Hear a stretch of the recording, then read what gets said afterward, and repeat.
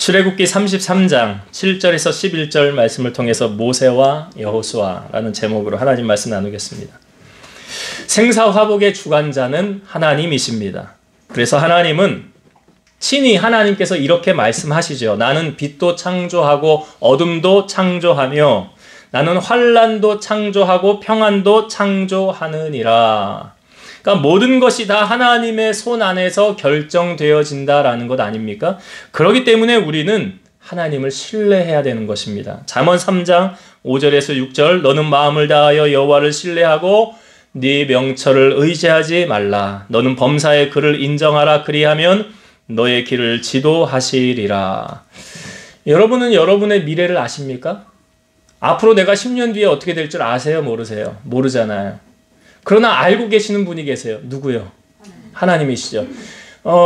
베드로가 예수님 3번 부인했지요. 그런데 예수님이 나타나셔서 고기 오른편에 금을 던져라. 그래서 153마리 잡고 아침상을 차려준 다음에 베드로에게 질문을 합니다. 너 나 사랑하냐? 예, 제가 주님 사랑하는 줄 주님이 아십니다. 이렇게 3번을 물어요.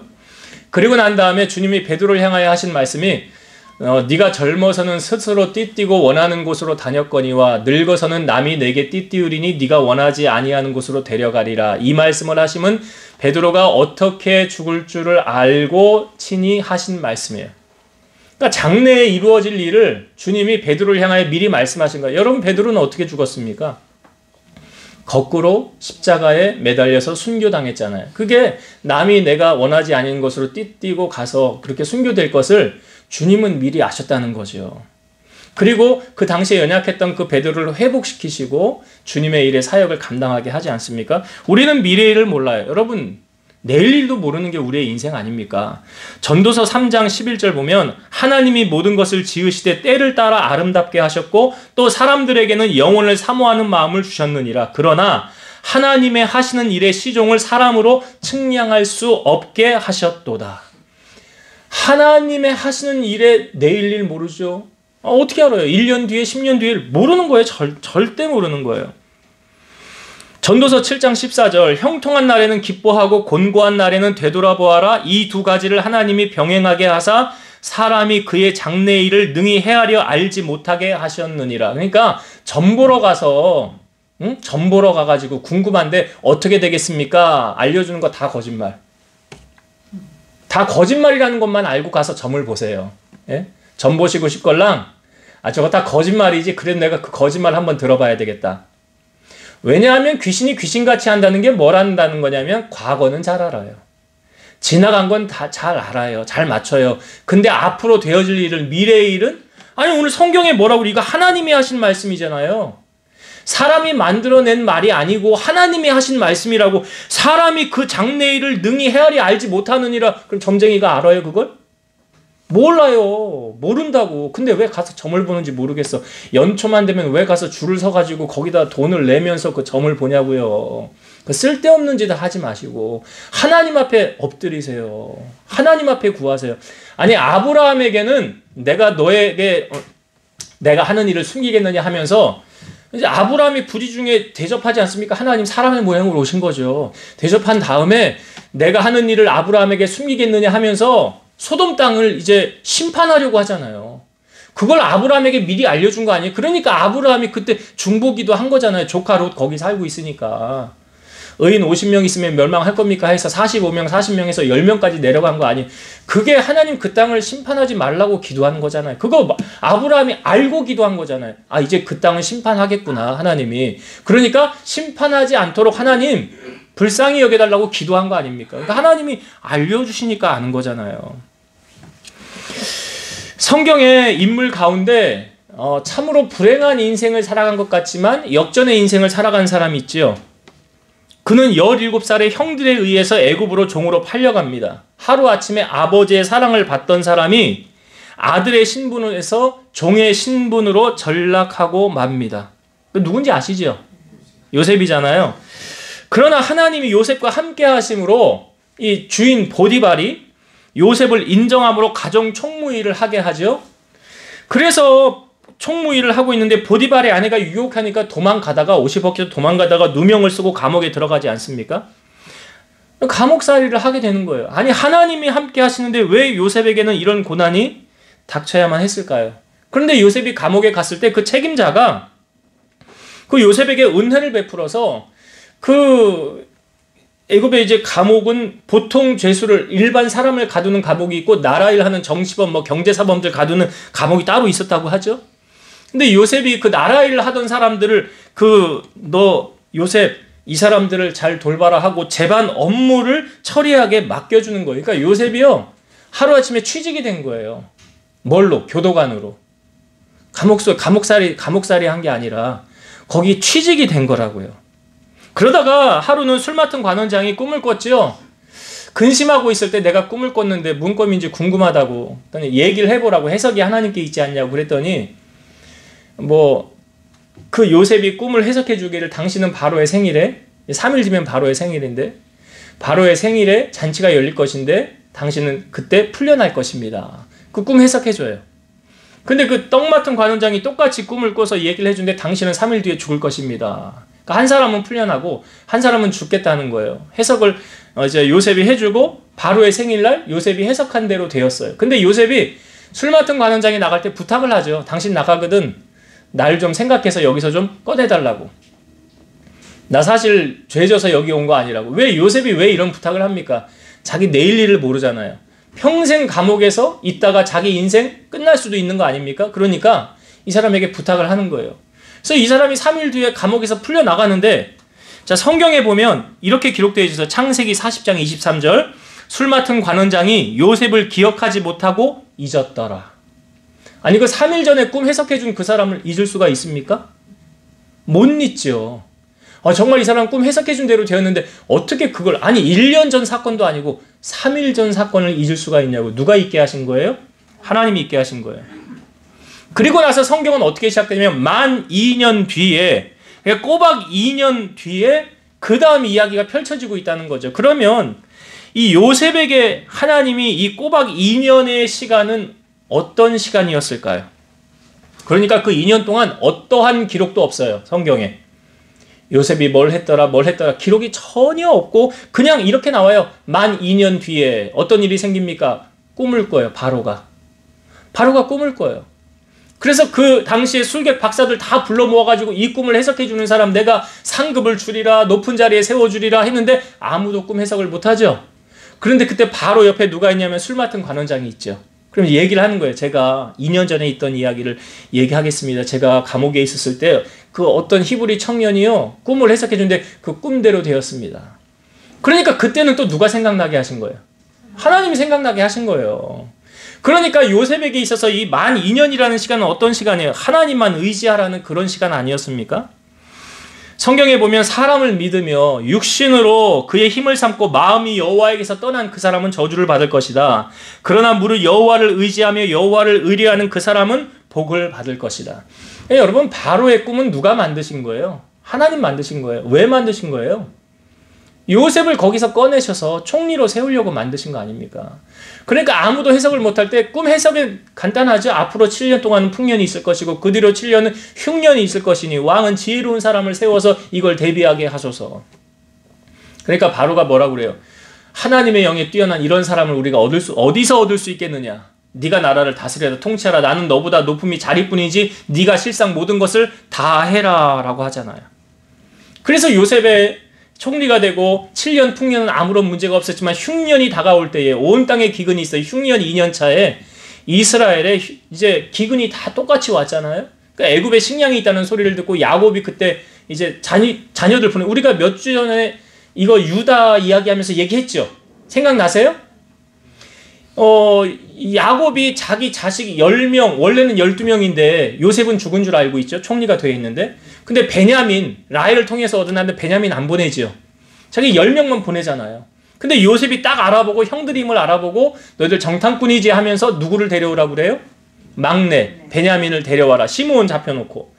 그래서 가서 식량 다 먹은 다음에 이제 우리 먹을 것 없으니까 우리 갔다 오게 해주세요 하고 누가 나섰다고 그랬어요? 유다. 그죠?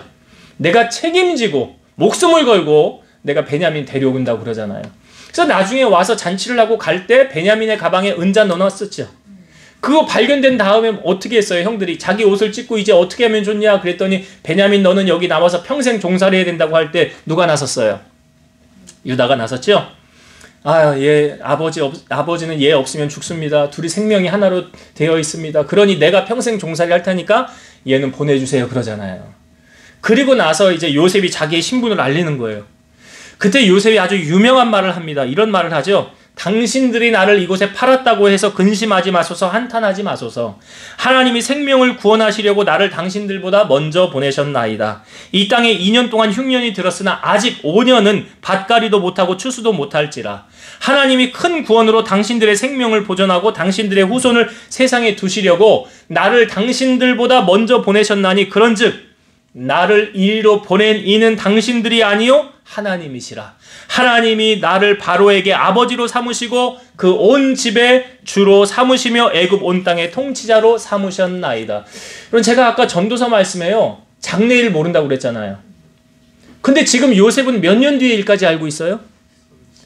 그러니까 뭐 14년 앞으로 7년 동안 풍년 그대로 흉년 7년 14년 그 누가 알려주신 거예요?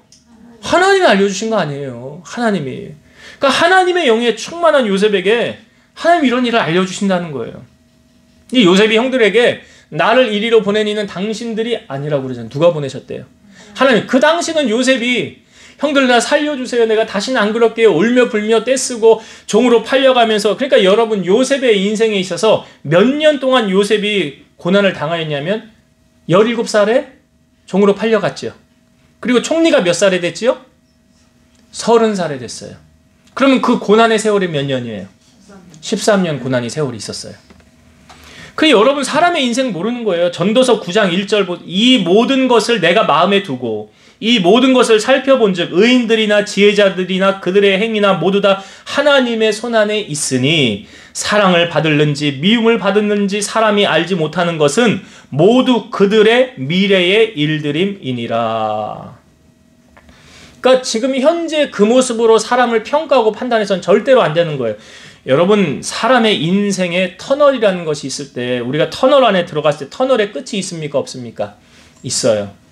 끝은 있어요. 언젠가는 빛이 드러납니다. 로마서 5장 3절에서 4절 다만 이뿐 아니라 우리가 환난 중에도 즐거워하나니 이는 환난은 인내를 인내는 연단을 연단은 소망을 이루는 줄 알미로다.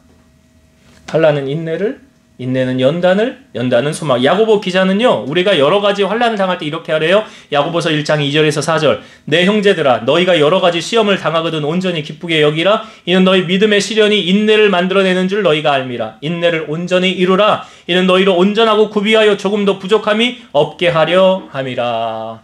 인내를 온전히 이루래요. 인내를. 이스라엘 백성들이 출애굽을 할 때 그 하나님의 사람으로 쓰임받은 사람 모세지요. 모세가 이제 히브리 여인 그 바로의 딸이 목욕하러 나아갔다가 나일강에 이 모세가 되게 잘생겼대요.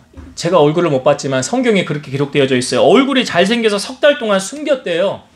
이걸 믿음장인 히브리서 11장 23절 이렇게 기록되어져 있어요. 믿음으로 모세가 낳았을 때에 그 부모가 아름다운 아이임을 보고 석 달 동안 숨겨 왕의 명령을 무서워하지 아니하였으며. 애가 얼마나 이뻤으면.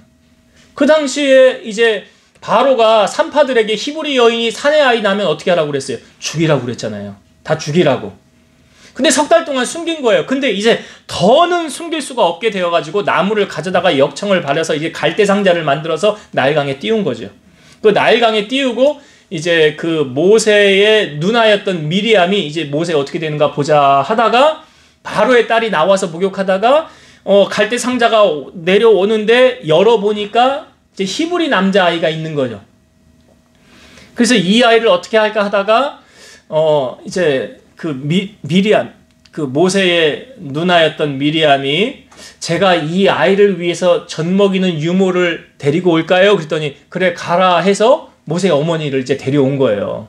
그래서 이 바로의 딸이 내가 값을 줄 테니까 이 아이에게 젖을 먹여서 성장하면 나에게 다시 데려와라. 그래서 모세가 엄마 품에서 자라다가 어떤 교육을 받았겠어요? 너는 유대인 히브리인이고 우리 민족이 지금 이렇게 고난을 당하고 있는데 너를 통해서 하나님이 일하실 거야. 그런 정신교육이나 그런 거 받지 않았겠어요? 그 어머니로부터. 그 이제 장성해서 바로의 딸로 거기서 살아가게 되잖아요. 그 바로의 딸로서 모세가 살아갈 때에 성경에 보면 이제 이렇게 기록되어져 있어요. 히브리서 11장 24에서 26절. 이게 모세를 향하여 말한 거예요. 자, 믿음으로 모세는 장성하여 바로의 공주의 아들이라 칭함받기를 거절하고 도리어 하나님의 백성과 함께 고난받기를 잠시 죄악의 낙을 누리는 것보다 더 좋아하고 그리스도를 위하여 받는 수모를 애굽의 모든 보화보다 더 큰 재물로 여겼으니 이는 상 주심을 바라봄이라. 사실은 모세가 흙수저로 태어났는데 입양이 돼서 뭘로 바뀐 거예요? 금수저로 바뀐 거 아니에요? 아니, 그 뭐 나의 노력으로 된 거 아니잖아요. 그러니까 어찌 보면 모세의 인생이 그런 앞길이 그냥 활짝 환하게 열린 것 같이 보여지지 않습니까? 그런데 모세는 그렇게 화려하게 자기가 영광을 받고 그런 것보다 하나님의 백성으로 오히려 고난받는 것을 더 즐겨했더라 라고 기록되어져 있죠. 자, 모세의 인생을 보면 모세는 정말 40살까지는 애굽의 왕자로 살았어요. 근데 그가 애굽에서 도망쳐서 미디안으로 가게 된 결정적 계기가 무엇입니까? 애굽 사람하고 히브리 사람하고 싸우는데 모세는 누구 편을 들어요? 히브리 사람 편을 들죠. 그래서 애굽 사람을 쳐서 죽여요. 그리고 땅에 파 묻어 놓습니다. 좌우를 살펴보고 아무도 없음을 확인한 다음에 그를 죽여요. 근데 그 다음날 나가보니까 히브리 사람 둘이 싸우는 거예요. 그러니까 모세가 그 잘못한 사람에게 이렇게 말하는 거예요. 네가 어찌하여 동포를 치느냐. 그랬더니 이 사람이 뭐라고 그러냐면 누가 너를 우리를 다스리는 자와 재판관으로 삼았느냐. 네가 애굽 사람을 쳐서 죽인 것처럼 나도 죽이려고 하느냐 하고 이 일이 탄로나는 것이 두려워서 이제 모세는 미디안 광야로 도망을 가고요. 바로는 그 일을 듣고 모세를 찾아서 죽이려고 하는 거예요. 그래서 모세는 미디안 광야로 도망을 가게 되었고 거기서 그 미디안에서 그 아내 십보라를 만나서 가정을 꾸리면서 살아가게 됩니다. 이게 이제 앞에 출애굽기에 나오는 내용이에요. 앞부분의 2장이에요. 근데 성경을 보면 조금 이상한 부분이 있어요. 제가 출애굽기 2장 23절을 읽어볼게요. 여러 해 후에 애굽 왕은 죽었고 이스라엘 자손은 고된 노동으로 말미암아 탄식하며 부르짖으니 그 고된 노동으로 말미암아 부르짖는 소리가 하나님께 상달된지라. 제가 왜 이 성경이 연결이 이상하다고 그러냐면 그 앞부분까지 어떤 내용이 있었냐면 모세가 도망을 쳐서 미디안 광야로 와서 가정을 이루고 사는 그렇게 시작이 돼요. 가정을 이루고 살아요. 이때 모세의 나이가 몇 살이에요? 40세지요. 40세예요. 그런데 한 절 지나서 여러 해 후에 하면서 이렇게 시작될 때 모세의 나이가 이때가 몇 살이냐면 80세예요. 그러니까 뭐가 이상하냐면 40세였던 모세가 갑자기 80세였던 모세로 바뀌어졌은 거예요. 그러니까 모세의 인생에 있어서 40년이라는 인생이 송두리째 없어진 거예요. 성경에 그 모세의 인생이 40년을 기록하고 있지 않아요. 그러니까 여러분 인생 40에서 80세까지는 황금기 아니에요? 그 사람의 인생이 황금기 같은 인생이잖아요. 그러니까 가장 꽃 피울 만한 그런 나이 아닙니까? 그런데 이 모세의 40세부터 80세까지의 기록이 성경 어디에도 기록되어져 있지 않아요. 제가 조금 전에 요셉이 술 맡은 관원장 그 꿈 해석해 준 다음에 술 맡은 관원장이 나가고 난 뒤에 성경이 어떻게 시작됐어요? 만 2년 뒤에 이렇게 소개되어져 있죠. 그러니까 만 2년 뒤라는 것은 요셉의 나이가 이제 30세고 그 전에는 28살이었다는 거예요. 2년 뒤라는 거니까. 그런데 28살에서 30살까지의 요셉의 인생에 그 어떤 기록도 없었다고 했죠. 송두리째 날아갔다고 그랬잖아요. 그러면 이 요셉에 비하면 요셉은 2년의 세월이었지만 모세는 몇 년이었습니까? 40년이었잖아요. 40년.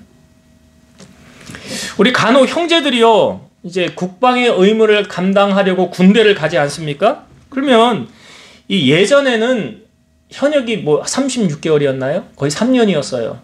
근데 이제 줄어서 지금은 몇 개월이냐? 18개월에 1년 6개월. 거의 반으로 줄은 거예요. 거의 반으로. 근데 처음에 입대할 때는 그 시간이 언제 오나, 제대 시간이 언제 오나.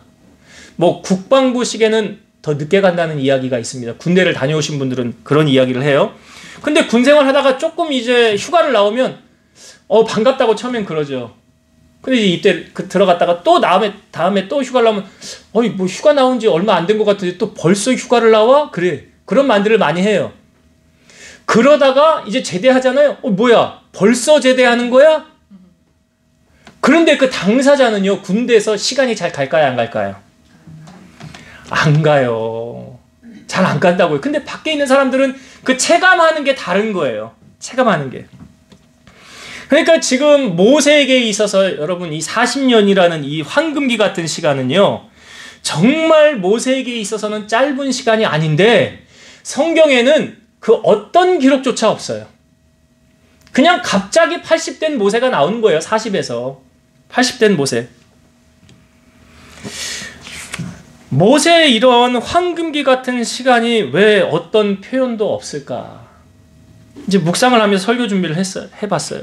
여러분, 우리가 처음 신앙생활을 할 때요, 처음 신앙생활을 하면 하나님께서 그 사람의 기도를 잘 들어준다고 해요.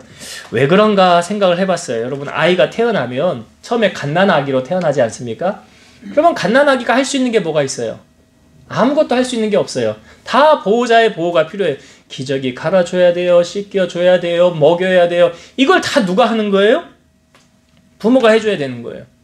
근데 이제 조금 장성해서 이제 장성한 어른이 되면 어떻게 됩니까? 모든 것을 자신의 힘으로 헤쳐나가야 된다는 거죠.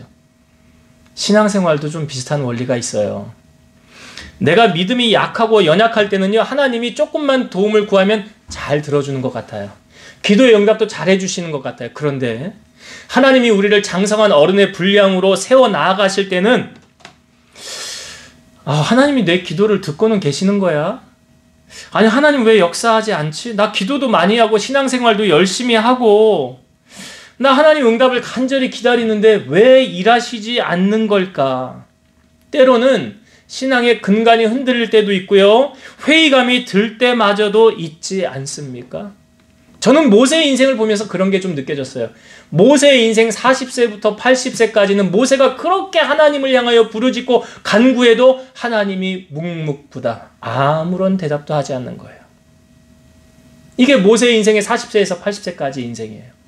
마치 요셉이 술 맡은 관원장 나가고 만 2년이 되어지기까지 그 요셉이 눈물이 많은 사람인데 그 2년의 기간 동안 얼마나 하나님을 찾고 기도했겠어요. 그런데 어떤 기록도 없지요. 거기에. 근데 이 말씀에 답이 있어요. 전도서 3장 1절. 범사에 기한이 있고 천하 만사가 다 때가 있나니. 전도서 3장 17절. 내가 내 마음속으로 이르기를 의인과 악인을 하나님이 심판하시리니 이는 모든 소망하는 일과 모든 행사에 때가 있음이라 하였으며. 모든 것이 다 때가 있더라. 하나님께서 모세를 부르신 시점이 언제입니까? 모세의 나이 80세예요. 모세의 나이 80세. 어느 날도 똑같이 미디안 광야에서 양을 치는데 떨기나무에 불이 붙어있는, 근데 불이 붙었는데 나무가 타질 않고 음성이 들리는 거예요. 네가 선 곳은 거룩한 곳이니 신을 벗고 내게 나와라. 그러면서 하나님이 모세에게 그때 이제 사명이라는 걸 주시죠. 내가 너를 통해서 내 민족을 이루리라. 그랬더니 모세가 뭐라고 그래요? 하나님, 저 늙었잖아요. 너무 늦게 부르신 거 아니에요? 아니, 제가 좀 젊을 때 한 나이 40 됐을 때 그때 하나님 나 부르셔가지고 그때 쓰시면 더 내가 일을 많이 할 수 있을 텐데 지금 내 나이 80이에요. 그리고 사람들은 이제 다 나를 잊혀졌어요. 내 편이 하나도 없고요. 나는 권력도 없고 나는 힘도 없어요. 그런데 내가 어떻게 가서 그 일을 감당할 수 있겠습니까? 맞지요. 현실적으로 생각하면 맞지요. 나이 많은 할아버지를 통해서 하나님이 이제 민족을 구원하게 하겠다고 하시니까 말이 안 되는 거잖아요. 그러니까 모세가 누가 그럼 나를 보냈다고 할까요? 그랬더니 스스로 있는 자가 너를 보냈다고 해라. 그래서 그때부터 모세가 하나님께로부터 쓰임받은 거 아니에요? 바로 앞에 가서 10가지 재앙을 내리고 이스라엘 백성들을 출애굽시켰잖아요. 이런 생각을 해봤어요. 여러분, 모세의 나이 40세부터 80세가 지난 40년이 지난 이제 80세에 하나님 부르셨잖아요. 그러면 하나님께서 모세를 쓰려고 훈련시킨 기간이 몇 년이죠? 40년이에요. 40년. 그러니까 모세는 몇 세부터 몇 세까지 쓰임 받았습니까? 80세부터 120세. 모세 120세까지 쓰임 받았어요. 그때도 눈이 흐리지 않았더라. 기력이 쇠하지 않았더라 그래요.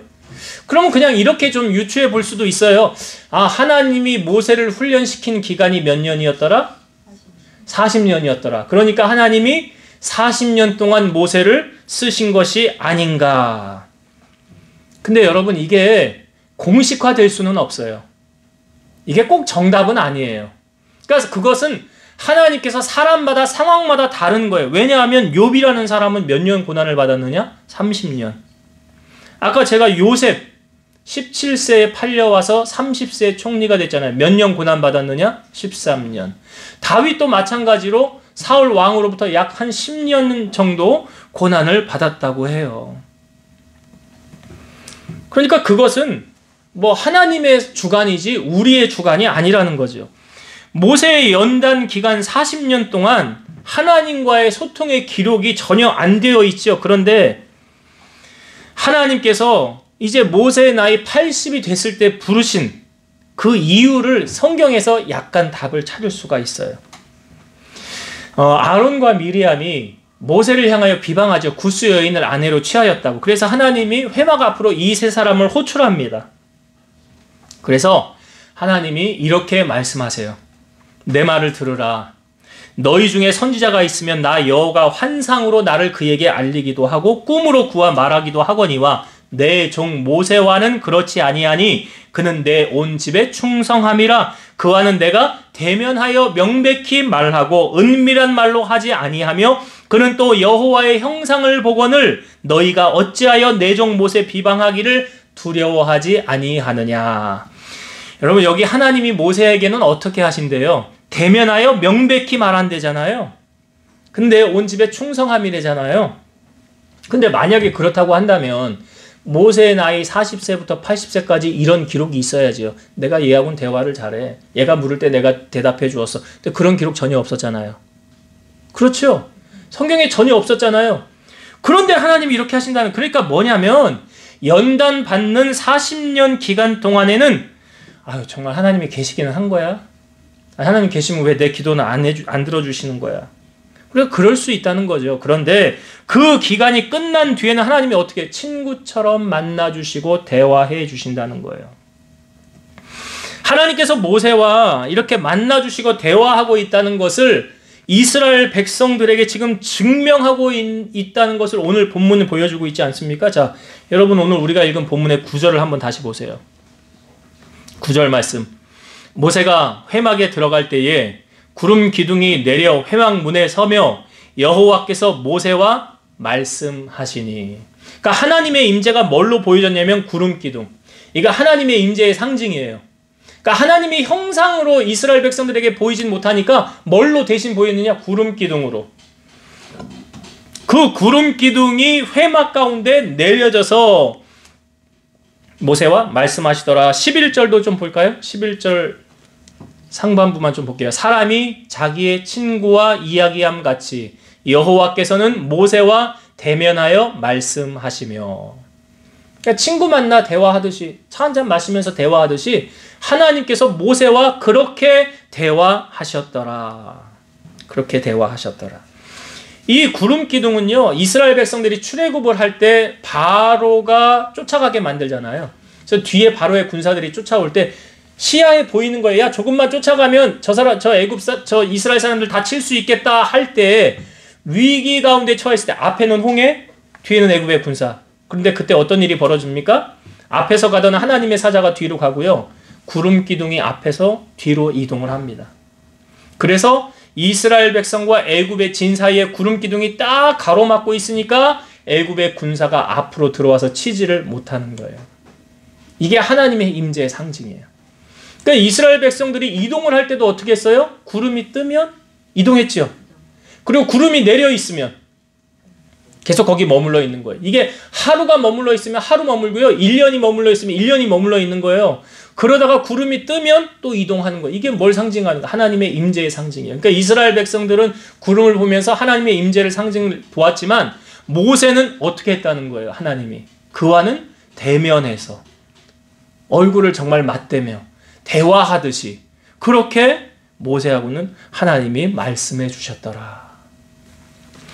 자, 이스라엘 백성들이 지금 광야 생활을 이제 하고 있지 않습니까? 광야 생활 40년을 했는데 40년을 할 때 성막이라는 것을 만들기 전에 하나님께서 미리 하나님의 임재를 상징하기 위해서 만드는 것이 뭐냐면 회막이라는 것을 만드셨어요. 회막. 자, 오늘 7절의 말씀을 한번 볼게요. 7절. 모세가 항상 장막을 취하여 진 밖에 쳐서 진과 멀리 떠나게 하고 회막이라 이름하니 여호와를 앙모하는 자는 다 진 바깥 회막으로 나아가며. 여기 회막이 나와. 이스라엘 진에서 떠나서 저 바깥쪽에 회막이라는 것을 만들었더라. 회막이라는 것은 회집의 장소이며 하나님과 백성이 만나는 장막이라는 거. 이거 오늘날로 말하면 뭘 말합니까? 교회죠, 교회.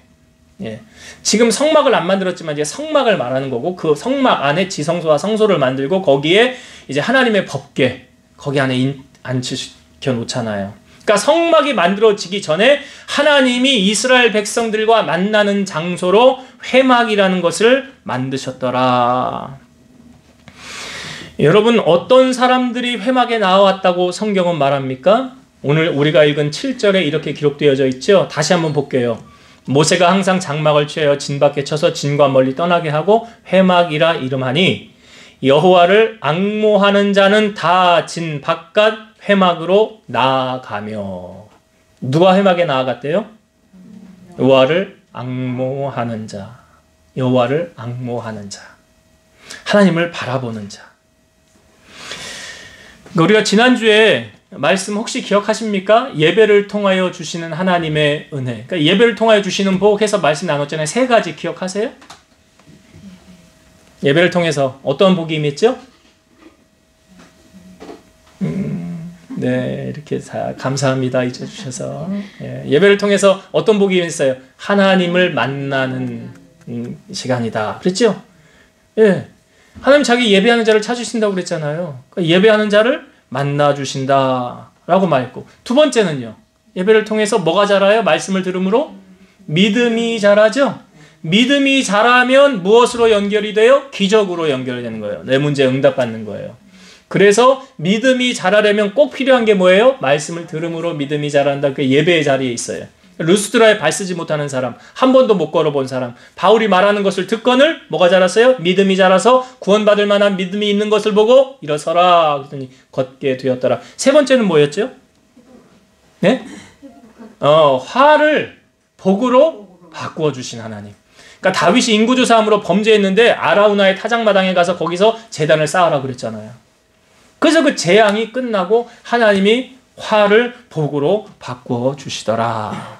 그래서 여러분, 우리가 목숨 걸어야 될 건 뭐냐면 예배의 목숨을 걸어야 돼요. 예배. 예배를 통해서 하나님 우리를 만나 주신다는 거예요. 자, 그렇게 여호와를 앙모하는 자들이 회막의 예배의 자리에 나오게 되었고요. 오늘 말씀의 11절의 마지막 부분, 이 부분만 한번 은혜를 나누고 말씀을 마칠게요. 11절 말씀에 자, 다시 한번 보겠습니다. 사람이 자기의 친구와 이야기함 같이 여호와께서는 모세와 대면하여 말씀하시며 모세는 진으로 돌아오나 눈의 아들 젊은 수종자 여호수아는 회막을 떠나지 아니하니라. 누구 이야기가 나옵니까? 여호수아가 나와요. 그죠? 여호수아. 그래서 제가 오늘 제목을 모세와 여호수아 이렇게 적어 보았는데요. 여기 왜 여호수아가 등장을 할까요? 자, 이스라엘 백성들이 광야 40년을 마치고 이제 약속의 땅을 앞에 두고 모세는 자기가 글로 못 들어가는 걸 알아요. 가데스 바네아 물 사건. 지팡이로 백성들이 물을 달라고 할 때 그 반석을 명하여 물을 내라고 했는데 모세가 지팡이로 탁탁 두 번을 치면서 내가 언제까지 너희한테 이렇게 해야 되냐고 하면서 혈기를 부려요. 그때 하나님이 너는 왜 이스라엘 백성 가운데 내 거룩함을 드러내지 않았느냐 하면서 너 그러므로 말미암아 약속의 땅에 들어가지 못하리라 그랬어요. 좀 모세 입장에서 억울하기도 해요. 화를 자초한 백성들이잖아요. 모세로 하여금 경록해 한 사람들이 백성들 아니에요? 근데 그거 마음을 잘 다스려 넘어갔을 텐데 모세 그거 못한 거예요. 근데 모세의 온유함이 지면의 모든 사람보다 더하더라니까 40년 동안 훈련받으면서 모세의 온유함의 훈련이 되어졌었거든요. 근데 한순간 이렇게 하나님의 거룩함을 드러내지 못함으로 약속의 땅에 못 들어가게 됐어요. 그러니까 모세가 하나님 그러면 나 말고 이제 이 백성을 인도할 지도자를 하나님이 세워주세요. 이스라엘 백성들로 하여금 목자 없는 양과 같이 되지 않게 해주세요. 그러니까 하나님한테 하나님이 나를 대신할 지도자를 세워주세요라고 얘기를 한 거예요. 모세가 하나님께 대화를 한 거예요. 그랬더니 하나님이 이렇게 말씀하셨어요. 눈의 아들 여호수아는 그 안에 영이 머무는 자니 너는 데려다가 그에게 안수하고 그를 제사장 엘르아살과 온 회중 앞에 세우고 그들의 목전에서 그에게 위탁하여 내 존귀를 그에게 돌려 이스라엘 자손의 온 회중을 그에게 복종하게 하라. 자, 하나님이 누구를 지명했습니까? 여호수아예요. 이유가 뭐래요? 이유가 왜 여호수아예요? 여기 성경에 하나님이 뭐라고 말씀하세요? 그 안에 영이 머무는 자니. 그 안에 영이 머무는 자니. 이게 뭘 의미하는 줄 아세요? 뭘 의미하는 줄 아세요? 자, 비슷한 원리로 요셉이 그 꿈 해석해줬죠. 바로의 꿈. 해석해준 다음에 바로가 뭐라고 말했습니까? 바로가 뭐라고 그랬어요? 우리가 어디서 이런 하나님의 영에 충만한 사람을 얻을 수가 있겠느냐? 응? 어디서 이렇게 지혜로운 사람을 얻을 수가 있겠느냐? 하나님의 영에 충만한 요셉. 똑같은 원리죠? 하나님이 지금 여호수아를 세울 때 그 안에 영이 머무는. 근데 이게 왜 중요하냐? 여러분, 하나님의 영이 내 안에 머물러야 누구 뜻을 알 수 있는 거예요? 하나님 뜻을 알 수 있는 거예요. 하나님의 영이 내 안에 머무르지 않으면 하나님 뜻을 알아요, 몰라요? 그러니까 우리가 왜 성령 충만해야 되는 거예요? 하나님이 뭘 원하는지를 내가 알아야 되잖아요. 그러니까 로마서 12장 1절과 2절 너희 몸을 산제사로 드리라. 그 다음 나오는 말씀이 뭐예요? 너희는 하나님의 선하시고 기뻐하시고 온전하신 뜻이 무엇인지 분별하도록 하라. 그러니까 무엇을 통하여 알 수 있는 거예요? 예배를 통해서. 그러니까 오늘 11절의 말씀이 뭘 의미하냐면 이 뒷부분 다시 보세요. 모세는 진으로 돌아오나 눈의 아들 젊은 수종자 여호수아는 회막을 떠나지 아니하니라. 여호수아는 회막을 떠나지, 회막이 뭐라고 그랬어요?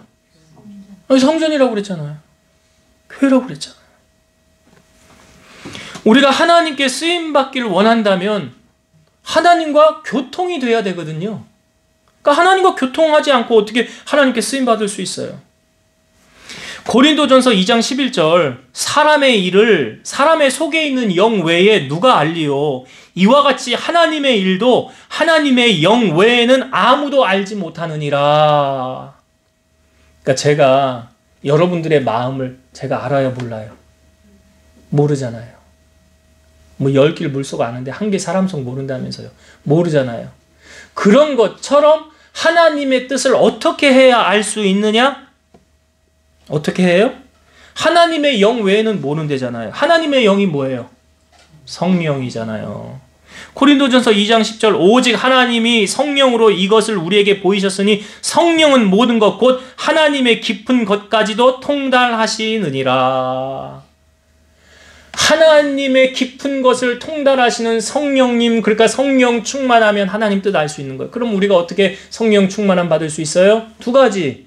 사도행전을 통하여 보여주잖아요. 예수님 하늘로 승천하시고 저희가 성령 받기 위해서 뭐 했어요? 기도했잖아요. 기도할 때 성령이 임하는 거예요. 그리고 또 한 가지는요.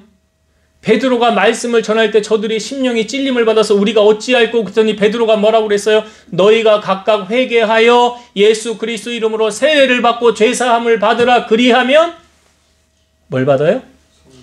성령을 받으리니. 말씀을 들을 때 베드로가 고넬료 집에 갔을 때 말씀을 듣는 모든 자들에게 뭐가 임했어요? 성령이 임했잖아요. 그러니까 기도할 때, 말씀 전할 때. 그러니까 하나님의 말씀과 기도로 거룩해지고 하나님 뜻을 알 수 있는 거예요. 그러니까 왜 지금 모세의 후계자가 여호수아가 됐는지 제가 말씀을 드리는 거예요. 자, 이제 말씀을 결론 맺을게요.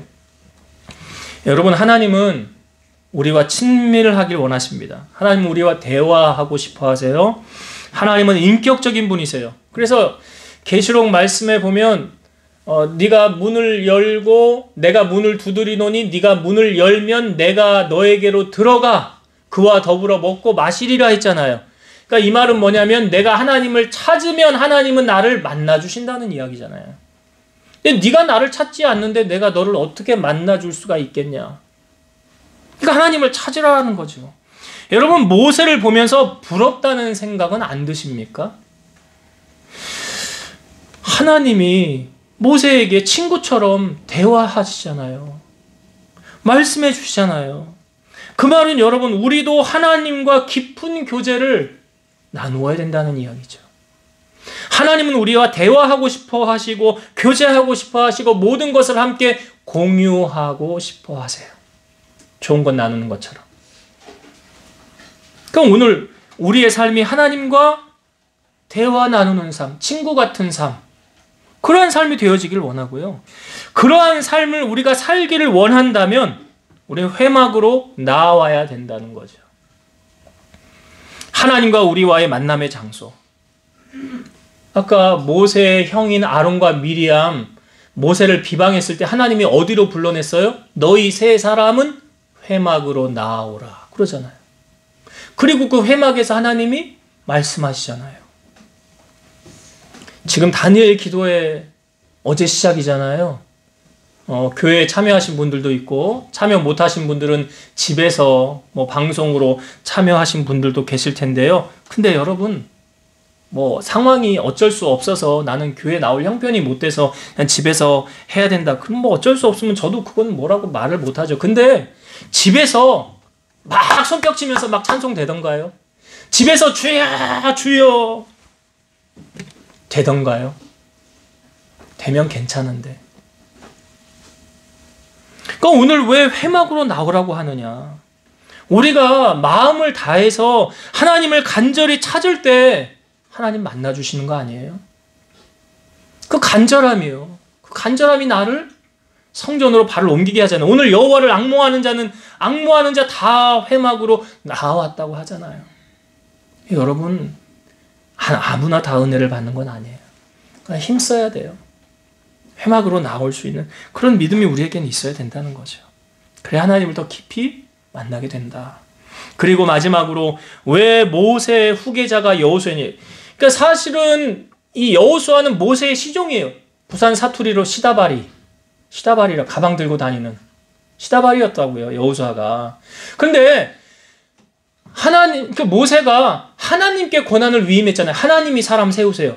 만약에 모세가 인간적인 감정이 있으면 야, 너 내 가방 들고 다니느라고 지금까지 고생 많았어. 너 내 수고하느라고 고생 많았어. 그러니까 이제 내 다음에 네가 해. 그럴 수도 있잖아요. 인간적인 마음이. 감정이 앞서면. 근데 그렇게 하지 않고요. 하나님이 세우라고 그랬어요. 하나님 세우세요. 그랬더니 하나님이 누구를 선택했다고요? 그 이유가 뭐라고요? 그 안에 하나님의 영이 머물렀더라. 그러니까 오늘 말씀에 눈의 아들 젊은 수종자 여호수아는 회막을 떠나지 않았더라. 하나님의 은혜를 사모하고 성령 충만함 하는 거예요. 그래서 하나님이 그를 사용하셔서 모세 후계자로 세우신 거예요. 여러분 말씀 잘 아시지만 사랑하는 자여 내 영혼이 잘된 같이 범사가 잘 돼. 영혼 잘 되는 일에 여러분 힘써야 되고요. 내가 성령 충만 받아야 하나님 뜻 알 수 있는 거예요. 그렇게 살아가는. 그래서 하나님의 손에 귀하게 쓰임받는 여러분 되시기를 주의 이름으로 축원드립니다. 기도하겠습니다.